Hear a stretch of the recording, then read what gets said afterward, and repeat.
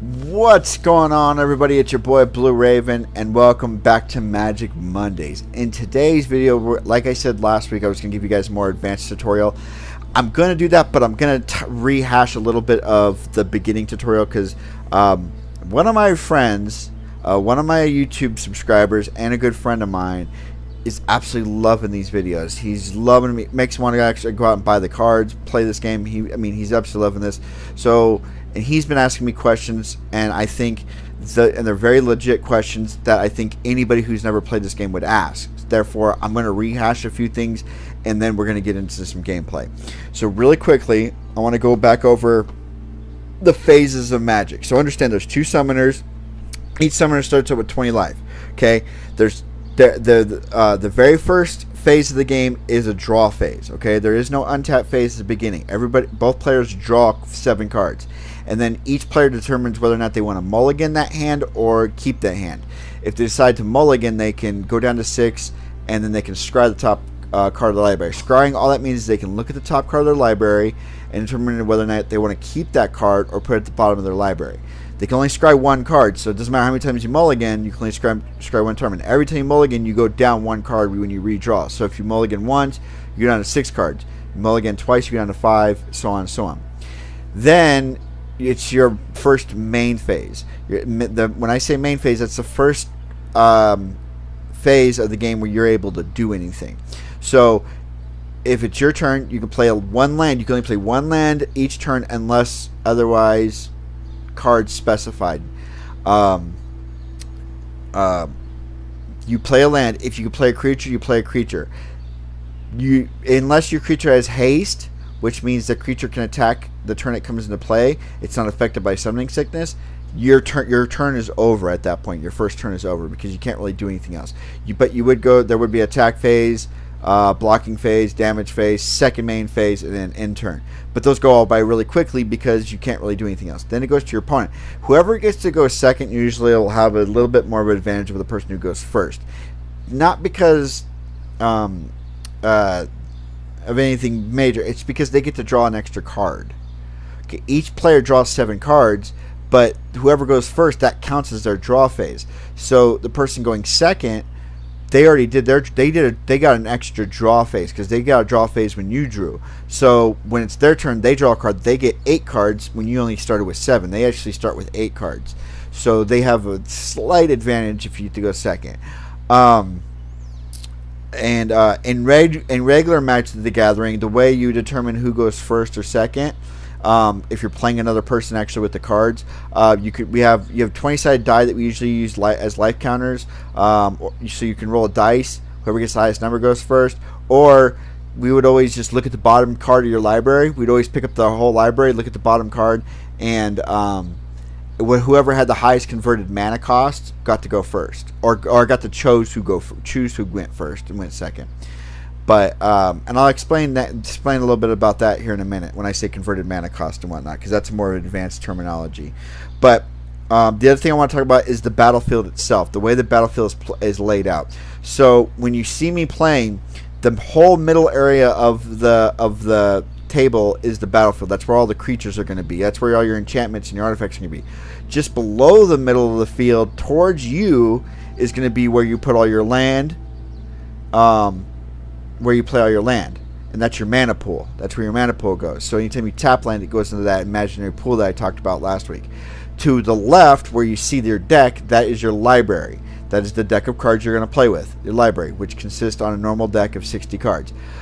Just to the left of that, right next to it, to the left of that, is the opponent's graveyard, or your graveyard, and your opponent's graveyard obviously is on his side, to his left. You can play anytime a creature dies, you play a spell. Anytime anything gets destroyed, it goes into the graveyard. Now, unless a card says to exile it, if it exiles it, then it goes into the exiled pile, which you can't get back from unless a card specifies otherwise. Graveyard, there are black decks where they're specifically designed to play out of the graveyard, where cards go to the graveyard specifically because they get a perk if they come back into play. So you can get stuff back out of your graveyard. That's how the battlefield lays out. So like I said, whoever has the first turn gets a draw, a main phase, and if you don't have any creatures attacking, you're done. Then it's the second player's turn. They would have an untap phase, even though they don't have anything out, but they start with the untap phase, then they get the draw phase. They have 8 cards. Now, this is one thing I also want to say. You cannot end your turn with more than 7 cards. So if you have 8 cards in your hand, at the end of your turn, you have to discard a card. You have to just throw a card in your graveyard. You cannot end your turn with more than 7 cards in your hand. You can have more than 7 cards in your hand during your turn, but you can't end the turn with it. So that person would draw. They would have 8 cards. They'd play their main phase. Again, you can play 1 land a turn. Then they would, if they don't have any creatures with haste, they would pretty much go right through their phases. And then this is when the game actually starts taking off, is in the second turn. So my turn, I'd untap. If I played a creature, then I could play a land. I could play another creature. If I already have a creature in play, I can determine whether I want to attack or not. And then everything starts going through. So then you have attack phase, blocking phase, damage phase, second main phase, end turn. Next player's turn, untap phase, main phase, play a land, play a creature, attack phase, damage phase, attack phase, block phase, damage phase, second main phase, end turn phase. Those are all the phases of the game. Now that I've gone really quickly over that really quickly, I want to talk about a couple other things. Instants and sorceries. Sorceries can only be played during your turn. I don't care if it's a card that's a sorcery, like an actual sorcery card, it'll have the name sorcery on it, or if it's a creature with an ability that says it can only be played during your turn. Sorceries can only be played during your turn. Instants can be played anytime in the game, anytime, anywhere, however you want to play it. Okay, creatures' abilities are considered instants. So most creatures, I should say, not all creatures, because there are some creatures that'll specify they don't. So if you have a creature that has an ability, after their summoning sickness is over, you can play their ability anytime you want.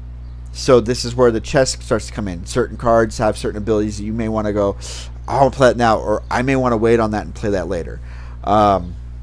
I was kind of messing around with my elf deck a little before I started this recording, and I was getting my butt kicked by some very clever decks. I gotta admit, I was like, wow.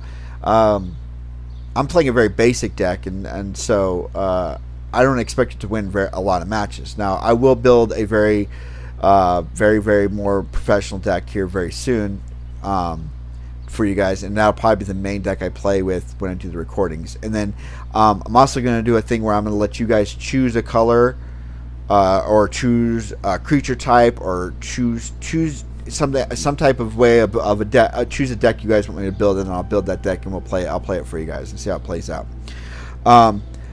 But creatures' abilities act as instants, so they go on the stack as instants. So anytime you want to play them, as long as the creature's not affected by. Understand, as soon as your turn ends, your creature's no longer affected by summoning sickness. So if you have a creature that has an ability and you play it, as soon as your turn ends and your opponent's turn begins, that creature's summoning sickness is gone. It only happens during your turn. Then they can't attack during the other person's turn, but they can play you can use their abilities. So then I want to talk about some abilities that are on cards, that are just, these are on cards. These aren't instants. These aren't sorceries. These are just abilities that are on the cards. The main abilities you're going to come across on creatures are Flying, First Strike, Trample, Haste, Lifelink, and Death Touch. Those are the main ones. There are other ones out there, but these are the main ones you're going to come across. Flying. Flying creatures can only be blocked with creatures with flying or with reach. So if you have a flying creature, the opponent can only block it if they have another flying creature or if they have a creature with reach. First Strike. First Strike is if it's an ability to where that creature's damage deals its damage first before any other creature, unless that creature has First Strike as well. So if I have a 2/2 creature and you have a 2/2 creature, my creature has First Strike, I attack with my 2/2 First Strike, and you block with your 2/2 creature that doesn't have First Strike. My 2/2 creature with First Strike kills your 2/2 creature, and my 2/2 creature doesn't take any damage because it dealt its damage first. And so your creature's dead and my creature stays alive. That's how First Strike works. Trample. We kind of went over that last week. 10/10 creature without Trample can be blocked by a 1/1, and the 1/1 would absorb all 10 damage. A 10/10 creature that's blocked that has Trample that is blocked by a 1/1, or would that 1/1 would only absorb 1 damage, and 9 damage would trample over, and you need either block with more creatures or you're going to take it to the face, straight to your to the opponent's summoner. Haste. Haste negates summoning sickness. So the creature comes into play, it can use all of its abilities, it can attack, all that. Lifelink. Lifelink means anytime this creature does damage in any way, shape, or form, you gain that much life of how much damage it dealt. So if it's a 2/2 and it deals 2 damage to a creature, you gain 2 life. If it deals 2 damage to the opponent, you gain 2 life. It doesn't matter. As long as it deals damage, you gain 2 life. Death Touch is the exact same thing, but the opposite. Death Touch is anytime that creature deals damage to a creature, that creature dies. So as long as it can deal damage to it, that creature dies. That's all you need to know. So you could have a 1/1 with Death Touch, and it block a 40/40 creature. That 40/40 creature is dead. It doesn't matter. It's gonna die. And I mean, if it has trample, you may be dead too. But that 40/40 creature is dead because you have Death Touch. It used to be called. There used to be a spell called Venom. Venom used to do the same thing, but it didn't say you had to deal damage. It just said anything that is blocked or becomes blocked by this creature dies. So it didn't necessarily say it had to do damage. And they changed it. They took Venom out and they put in Death Touch. So those are your main abilities you're going to come across. I would like to show you them really quickly just so you can get a good look at what they look like. We're going to go to Edit Deck. Here's Flying. Here's Flying. You can read it up at the Flying. You can read it up in the top right hand corner. Here's Death Touch. Okay. Flash is an instant. It's another way of saying instant. So that's all you need to know about that. Let's go white. Lifelink. There's Lifelink. Defender. That's the other one I forgot. Defending creatures can't attack. So unless otherwise said, unless otherwise, like this creature says, as long as it's enchanted, it can attack as though it didn't have defender. So, but yeah. Trying to find a First Strike. Here's First Strike, Vigilance, and Lifelink all in one. Good card. Okay, then the other thing I wanted to touch base with, because somebody else asked me, how do you know the difference between a good card and a bad card? Well, in my opinion, no cards in Magic are bad cards. If they're played correctly, then they serve their purpose. But there are different tiers of cards. So the way the tiers of cards go common, uncommon, common, uncommon, rare, and mythic. Okay, the way you know the difference is their emblems. This emblem tells you from what set it came from. So this little emblem right here tells you of what set this card came out of. This one comes out of the core set 19. I don't know these other emblems, so I couldn't tell you honestly. But all you need to know is that this emblem tells you what set it comes out of. It also tells you the rarity of the card. So if it's just black, like this one is, this is a common card. This is a common card. If it's silver, see how this one's silver? This is an uncommon. Not as common as these. Usually has a little bit more powerful. This one should be a rare, just about how badass it is. But nonetheless, this is an uncommon. This right here, see how this is gold? This is a rare. Gold's a rare. These are going to be these are typically going to be what you're going to get one in a booster pack, and they're usually going to have really good abilities. They're going to be really good cards. Then you have Mythic. Mythic is this goldish orange color. Not all Mythic cards look like this. In fact, I can show you another Mythic card that doesn't look like that. In fact, I have one. Doesn't look like that. Here you go, right here. That's a Mythic card. That doesn't look like that other one. That's just that card it's set up that way. So, Mythic cards have insane powers. They're insanely good cards. So, I mean, yeah. I hope that kind of clears some stuff up as far as the basics. We're gonna go ahead and play a game, and I'm gonna kind of explain what I'm doing as we're playing it. Let's see. I was thinking of doing Force Might. I'm going to keep my Elf deck. I'm going to do this Elf deck one more game with you guys just because it's the one you guys are used to seeing. It's basic. It's a very basic deck. I keep telling you guys that. It's got some rare cards in it and stuff like that. But the idea behind the deck is very. This deck is all about misdirection. So it's all about me playing a bunch of stuff, and then I put out one card, and hopefully you don't notice that I put it out. It's all about the misdirection. It's like, look at this hand while I'm actually doing something with the other hand. So we're both drawing. So we both had our draw phase, okay? And my opponent goes first, so I actually have the upper hand. I'm definitely keeping this. I got a good draw on this hand. So he goes first, so he only gets to draw. He mulligan too, so because he only has 6. So and he scryed to the bottom. He played a land. Now watch. I draw. I'm at 8 cards. I actually have 8 cards right now. And if you read, it says you will need to discard down to 7 at the end of this turn. That'll go away as soon as I do that. Play that. And now, so that was my main phase, my attack phase, second main phase, end phase. I'm over because I couldn't do anything else. Lifelink, 1/3 lifelink, good card. Nice little don't attack me card. It's all right. We're gonna go ahead and we're gonna bring her out right away.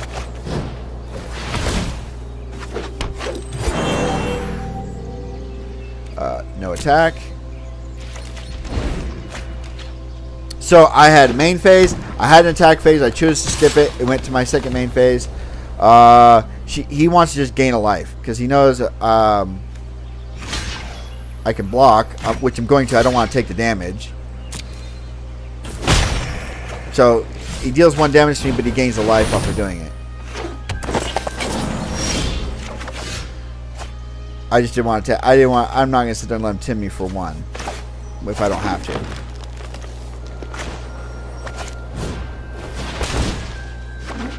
So now we have 3, 4, 5 mana. I don't want to attack yet. No attack. 2, 4.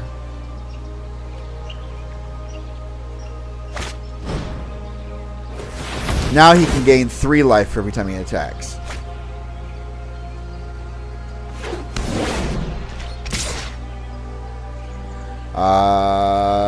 Three. So I'm blocking because he can't kill my creature. He only deals 3 damage. So he can't kill my creature, but he gains the life nonetheless. But he's not going to want to attack now because I can kill that creature. Now I can kill it. We'll play land. Oh, you know what? And I'm gonna put Blanchard armor on it. So now, now he can't. Now if he attacks with that, I can kill it, and he gains the 3 life still. He'll still gain the 3 life, but.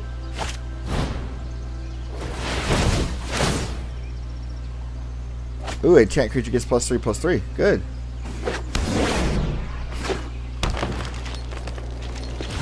See, he didn't attack that turn. He was like, nope. Homie, don't play that. Let's see. 4. Yeah, I want to play this.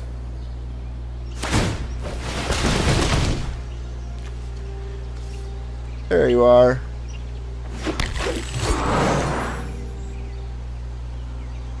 Wait, didn't you get? When did you get bigger?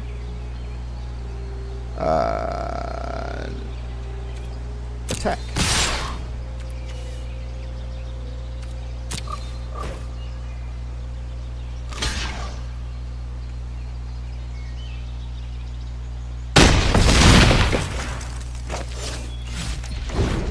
Bring out my Gigantosaurus next turn, so. Oh, that sucks.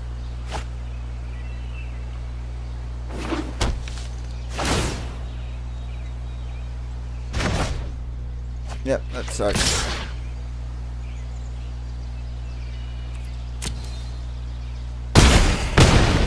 That hurt.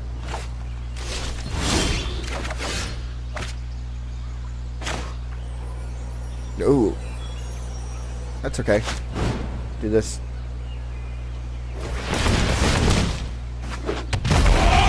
Because my 10-10's about to get trample. Because he gives all my creatures trample. So, I'm sorry, I'm not going through my phases. Okay. Focus.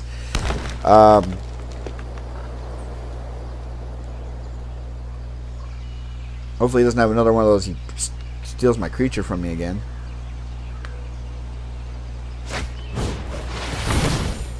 Hey, I showed you that card. Okay, so he's just stocking up right now. Okay, we can actually play both our creatures too. Watch this. This only costs 2.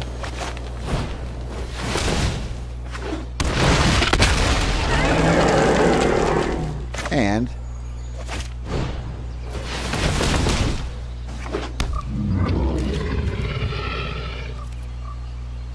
nope, no attack yet. So I have a 12, 12, a 10, 10, and 8. They all have trample now. Now he's pumping up, trying to absorb as much damage as he can. Now, there you go. There's a 7, 7. That'll help you out a little bit.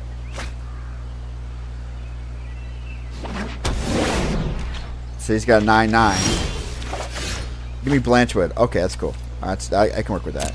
So we are going to attack with. We are going to attack with you, you, and you.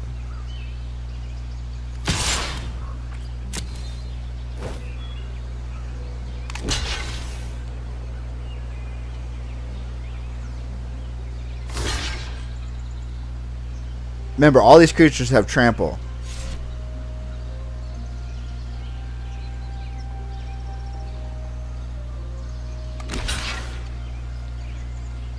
Okay, 9, 9, 2, 2. Okay.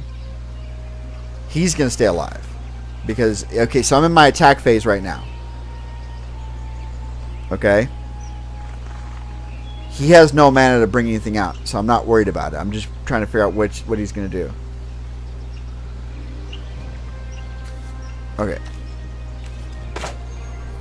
I guess he's done.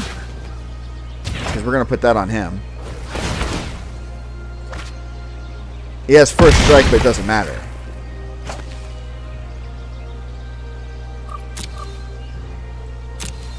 So it was divvying out my damage.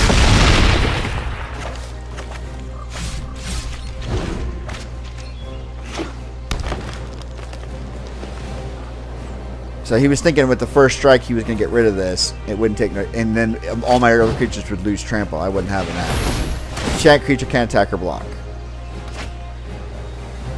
So which one is he putting it on? Okay. Okay. I win. So it's my main phase, everything untapped, and he can see it. I would have blown away one of his creatures right there with my 12-12, and then won. So I'm really having a hard time explaining the phases as we're going through them, but I hope you're noticing them.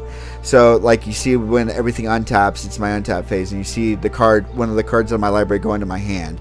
My hand's in the bottom, then you see me play a land, and then you see me play a creature, and then I have attack phase. And then that phase when I did all that damage. So I attacked everything. He chose to only block.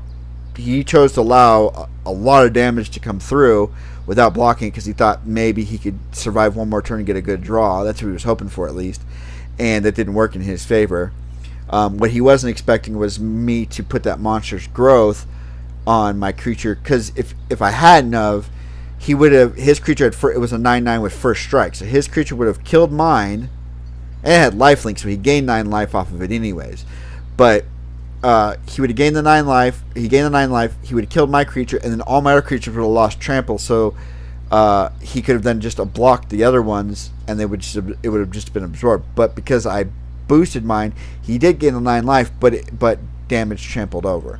Guys, I hope you enjoyed the video. I hope I explained some more stuff to you. I hope this was very informative. If you do, if you liked the video, make sure to hit that like button. Hey, look, we can claim a reward. Cool. Make sure you hit that like button. If you haven't already done so, subscribe. Every Monday I do these. So if you like Magic the Gathering like I do, subscribe up. Share it with your friends. Hit that little bell for the notifications. You can follow me on Facebook, and Instagram, Twitter, Discord. All that is in the description below the video. I love you all, guys. Also, if you have an idea of a deck you'd like me to build, pick a color, pick a creature type. It doesn't matter. If you have an idea of a deck, leave that in the comments below, and I will do that for you guys. I am going to be doing this week. Should be doing my weekly, or I should be doing my my channel update sometime this week. I've been going through a Destiny competition, so I haven't had the time, but I should be able to do it this week. I love you all. Hope everybody has a great day, and I will see you on the next video. Thanks for coming by. Bye, guys.